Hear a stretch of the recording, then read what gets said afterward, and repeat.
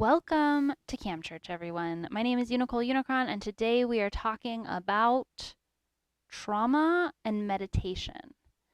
And I've been thinking about this a little bit because since I've gone through my own journey, and always, as always, I speak from my own experience, and I want you to think about all the ways that my experience might relate to or create a resonance in you about your experience. It's not about my experience, it's about the mirror of my experience and how it interacts with your experience. Also, as discussed, I'm a Leo. I love to talk about myself, so it works out for everyone. But my journey of meditation has been really interesting, especially considering the fact that I'm a highly spiritual, highly attuned, highly telepathic person. And for most of my life, I thought that I couldn't meditate. So I always felt really weird and confused about this fact. I thought meditation doesn't work for me. It's too hard. I'm just too different. There's something going on where, like, it doesn't work. And then I started studying spirituality a little bit more and I started learning about different meditation techniques. And even still, then they didn't work for me. And I thought, this is so stupid. And I literally thought everyone was stupid because the cessation of thought, I thought that that was like the most boring possible thing that could happen. So I'm going to talk about why I was like that and how we got to this point we're at today, how I got to the point I'm at today where I can meditate and where meditation is actually super beneficial for me. And if you have any struggles meditating, I hope that this sermon is validating to you because I've never heard anybody else talk about this.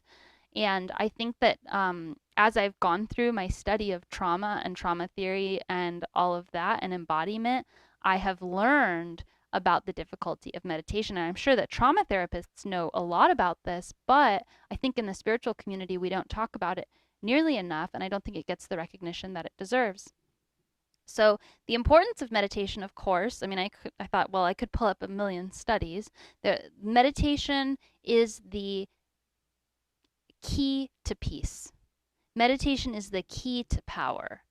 Meditation is the key to harmony, internal harmony and external harmony. Meditation is very, very, very important.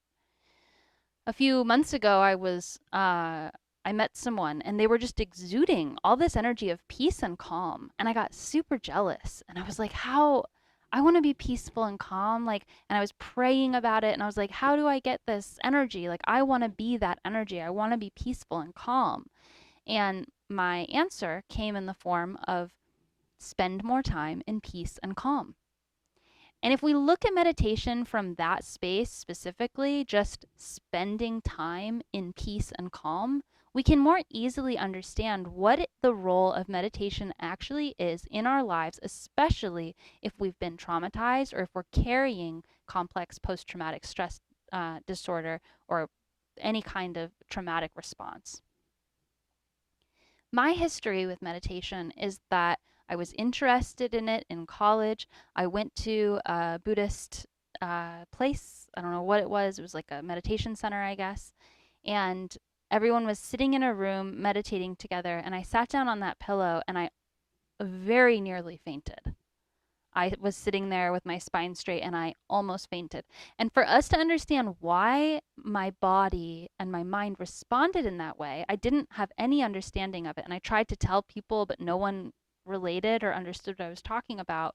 And I used to think, oh, I'm just too magical, everybody. I went straight to space. Well, the reason why I went straight to space was because I wasn't grounded, I wasn't embodied. And it's through the study of the chakras, and understanding that we have these different energy centers and realizing that I was consciously occupying only certain energy centers in my body. And I didn't have the grounding or the safety to allow me to be present in my body while meditating. So as I was sitting there trying to meditate in this room of other people, first of all, I'm highly empathic. I could feel their energy. And as soon as I started meditating, I almost lost consciousness. That put me off meditation for years. Again, I'm talking about my experience because I want you to know that if you have trouble meditating for this reason or any other reason I'm going to list in this sermon, I just want you to know that, like, you're not alone. And there are lots of different reasons why meditation might be difficult or might feel it's stupid or you might feel like it's not for you, meditation is for you. That's what the sermon is about. No matter who you are, no matter what you're doing, meditation is for you, and it's very important to build into your daily practice. So there might be things that you come up against that hinder you in that way. As I went through my journey yet again, I eventually got onto the spiritual path, which I hadn't been previously. And my attempts to meditate then became everybody saying, oh, yeah, just stop thinking, stop thinking. And I didn't realize it at this point, but as a result of trauma as a child, I became obsessed, I became fixated, I became over reliant, and I overdeveloped my ability to think. And I used my brain and my thinking body to get me through life. So the idea of not thinking, the way that I felt it was that it was stupid, it was boring, it was a waste of time. But truly, I wasn't actually capable of stopping my thought because I was addicted to it, because I relied on it, because I didn't know any other way, and because I didn't feel safe. Again, I wasn't embodied in a grounded, stable way to actually feel safe to try to stop thinking. For many people, it's easy to stop thinking. It's easy to just turn your thoughts off and relax into your body. But if you've been highly traumatized or traumatized in a certain way, then you might have trouble with this, and that's okay. You can get to the point where you can feel safe to meditate. Another thing that I had trouble with is this idea of regulated breathing. This is supposed to be, according to every person I've ever talked to, the easiest way to meditate, the easiest way to become embodied, the easiest way to manage your emotions, the easiest way to calm down. Just breathe. Well, when I had severe anxiety and depression, I was furious at that advice. I said, I'm breathing all the time. And they're like, oh, no, it's a certain type of breath, like, things that you would say to someone. But because I was highly triggered and highly traumatized and highly anxious all the time for my whole life, I had never actually felt calm. Never. So when I tried to slow down my breath, or when I tried to speed up my breath, or when I tried to control my breath, all that it did was trigger me into an anxiety attack because I had always been in anxiety. And so feeling my breathing patterns change, I couldn't even exercise because if I was exercising and my breathing would change, that to me would signal anxiety. Nobody around me knew to say, oh, Unicole, you're just highly traumatized. If you have trouble sitting still, if you have trouble slowing your breath and feeling relaxed, if you have trouble stopping your thought, it's not your fault. Meditation isn't just not for you. You're probably just highly traumatized and not in your body. And you can come back into your body and you can get the benefits of meditation. So I'm going to tell you how I did it. And then again, whatever resonates for you, do it. Whatever doesn't resonate, just leave it behind. There is no right way to meditate. You can meditate in a million different ways, and I'm going to just cover a few different types of meditation that I have found to be easy. The first one is to sit in quiet contemplation, and think. And I learned how to meditate by thinking. And this this has its roots sort of in fantasy reality. And it can be very toxic, but it can also be very helpful. And you can think through situations. And I've met people who identify as negative fantasy addicts. And so you have to acknowledge, okay, as I'm using my time to put myself into my brain, to put myself into my thoughts, to project into the past or the future, what am I doing with my energy? Am I reminiscing and obsessing over the good times? Am I trying to get dopamine hits from the past or the future?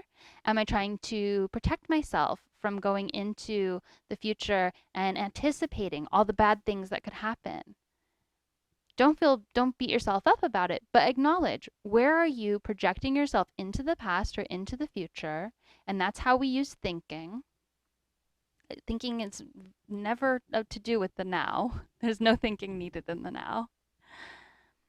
And notice your energy. Are you creating a positive vibration in your body? Are you creating a negative vibration in your body? And are you using it as a way to escape, or are you using it as a way to simply explore realities, explore different potential realities?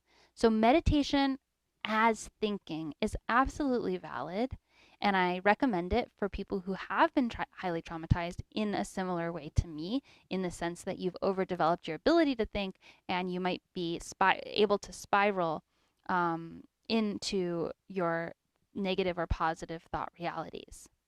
From there, then you can move into channeling or visualization. And this is another type of meditation. And for me, I have found that being between waking and sleeping states before I go to bed or right when I wake up is the best time to do this type of meditation.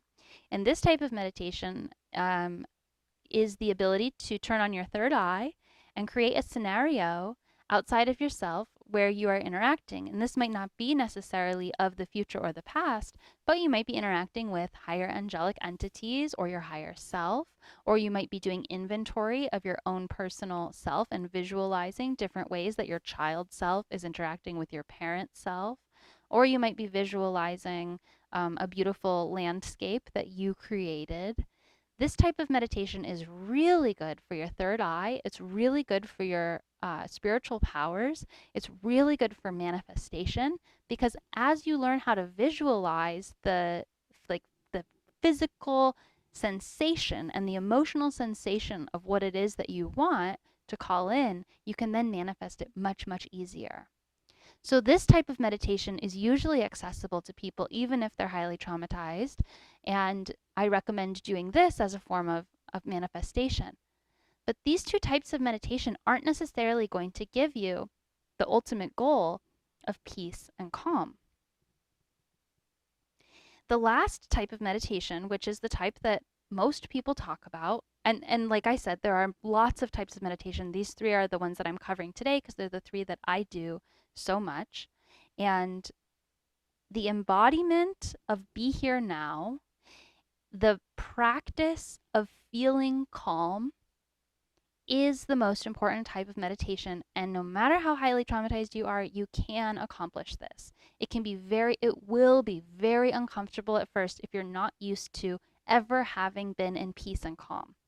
If you try to calm your thoughts and calm your body and calm your mind and calm your heart rate and calm your breath, and you have trouble doing that, first of all, give love to yourself. That means that you've been in a highly agitated state your whole life. And it's okay that you feel the resistance. Allow yourself to feel the resistance and just watch it and notice it, and then remind yourself that you're safe. Remind yourself that you're allowed to relax and that you're safe to relax, and that through this practice, it will get easier. If you are obsessed with thinking like I am and you're trying to come into your body for the first time, the way that I found to do this is to lay down or sit down, whatever. For me, laying down works a little bit better, and use the power of your mind to feel the sensations of your body. This is a therapy trick. Name 5 things in the room. That sort of does bring you into the present moment. So close your eyes and feel the sensations of your body. This way you're not trying to you're not dissociating. Because for me, whenever I tried to put myself into a calm state, I would just dissociate. I wouldn't even be here. That's why I felt like I was going into space when I was trying to meditate in college. But if you lay down and you say, okay, I'm going to use the power of my consciousness, my focus, and I'm going to feel the weight of my body on the floor. I'm going to feel the temperature of the air on my skin. I'm going to listen to the sounds that I can hear in the room. You can even lay there and you can even imagine how far away the different ceilings and walls are, and just feel how close your body is to each of them, and try to get a sense with your eyes closed of your space in the room. As you get used to using your mind to focus on your body, you're going to be training your body to be in a more relaxed, embodied state. You're going to be training yourself to feel safe, to be embodied and to feel the physical sensations. You can focus on your organs, you can focus on your heart, you can feel into what it feels like to be a human being. As you do that, you will be creating a practice. Meditation is a practice. You'll be creating a practice of feeling safe to be embodied.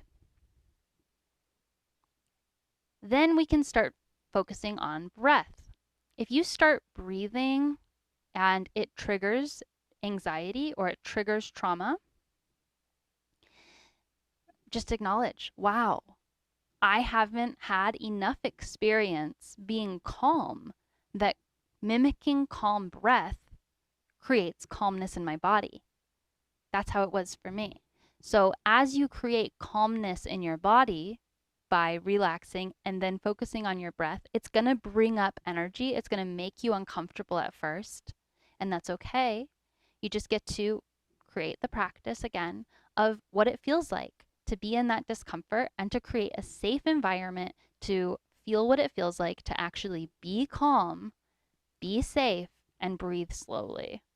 And if you have been traumatized, then you cannot get to the point where you feel safe to breathe slowly if you haven't had the experience and the practice of breathing slowly and being embodied. For this reason, like I tried to do breath work on YouTube and stuff, and it always gave me, it's even still sometimes will give me anxiety, and I feel very uncomfortable because it just mimics it mimicked my anxiety patterns in the past. So by creating the practice, by exposing yourself over and over, you're rewriting your brain, you're using your neuroplasticity, you're rewriting your expectation of the world, and you're creating a more calm, centered space from which to draw from.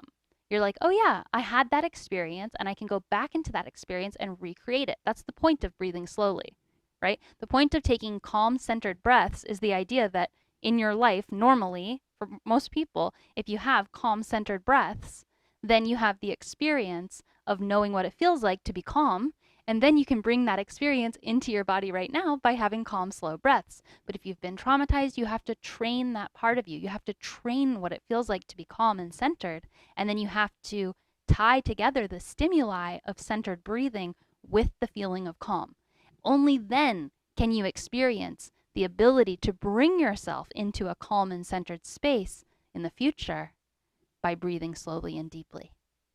People who are not traumatized don't know this. They don't know this one weird trick that if you're if you haven't had the experience of being calm, you can't just access calm. You have to practice calm. So the last thing I want to talk about is the different ways that you can facilitate this practice. Obviously, you might hear this sermon and you might say, oh yeah, I'll meditate. And then you'll just be like going around your day and you won't do it. Or you'll be like, oh, I'm going to meditate. And you just like meditate for like 2 minutes. That's fine. But I recommend this being a practice, this being part of your daily reality where you are able to set aside time. I meditate for 10 minutes a day. It's not a lot.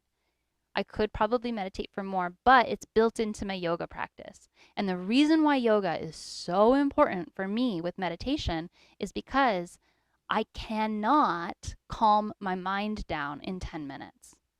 I have to subjugate my body into a routine so that my mind will give up its will.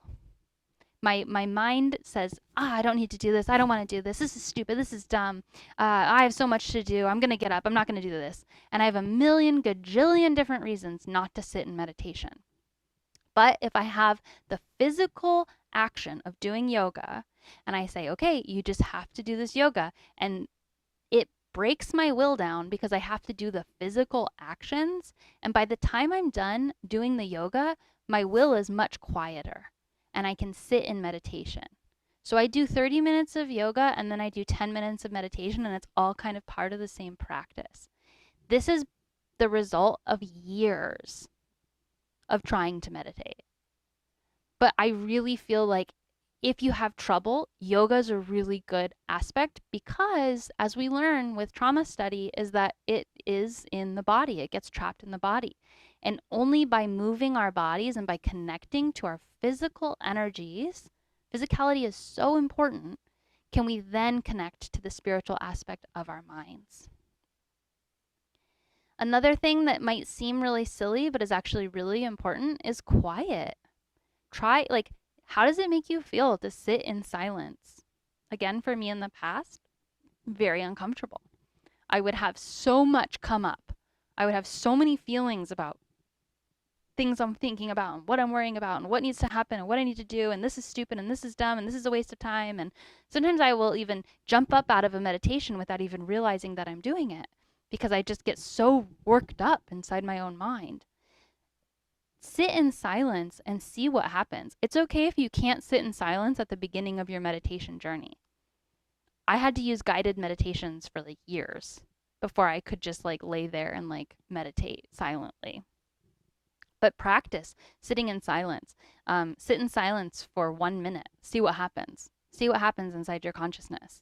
And just observe it. And then if it's too hard, that's fine. Come back to it after you've done a different type of meditation practice and see if you've strengthened your ability to sit in silence. I bet you will have. And the last thing, of course, is guided meditations. Go on YouTube. There's a million really good guided meditations. And when you do these guided meditations, it can help you relax your body. You can get into the practice of learning how to relax your physical body and to start visualizing. Usually guided meditations are the visualization type of meditation. So as far as if you're taking notes for today's sermon, I would say write down at least these 3 types of meditation: thinking and contemplation, like contemplative meditation, and then visualizing or channeling meditation, and then embodied meditation. And these are not, I haven't studied meditation under, I'm not talking from any particular practice. I'm just talking from my own experience. There's so much that you can study and learn from other people. I've always had a resistance to learning from teachers about meditation because nobody has had my experience. Nobody seems to be talking about what it's like to be entirely traumatized and trying to calm your body from a state of being agitated your whole life. The last thing I'll leave you with is how much this has changed my life, how much this has changed my interpersonal interactions, how much it's created more patience and trust inside of my body, how much it's created more peace and calm and harmony with everything that I am and everything that I do. This is what it means to become like a spiritual warrior. Because as you calm your body and as you calm your mind and as you learn to be present in the present moment and not trapped in the past or the future, as you practice that every day, then it becomes accessible to you at any moment. So as you're going about your day and you start spiraling out in anxiety, you remember all your training, all your practice of every single day of meditating, and you can come back into your body and you can say, I'm okay, I'm safe. And life becomes so much easier. Life becomes so much easier. So I highly recommend a meditation practice, 5 minutes a day, 10 minutes a day, build it into your yoga routine, whatever. Do what you need to do to get that time in. There are apps. I haven't found any apps that I'm super excited about. You can do guided meditations. Do whatever works for you. Do whatever works for you. And know that as you go on this journey, you're going to have a really different relationship to your body, to your space, to your breath, to your time, to your peace, to your calm. And you can become one of those people who just simply exudes peace and calm. Uni bless. Go ahead and join us on the Discord server for Uni Brunch and new member welcome. I don't know if new member welcomes today especially, but it'll be in the video chat chill zone. Spirit of Uni, we're calling you here to bless every single person. Oh, I got this new thing. Because you're not really supposed to like blow candles out. So we'll use this amazing little thing I got. We send blessings and love to every viewer. Uni bless. easy. Have a wonderful, beautiful day.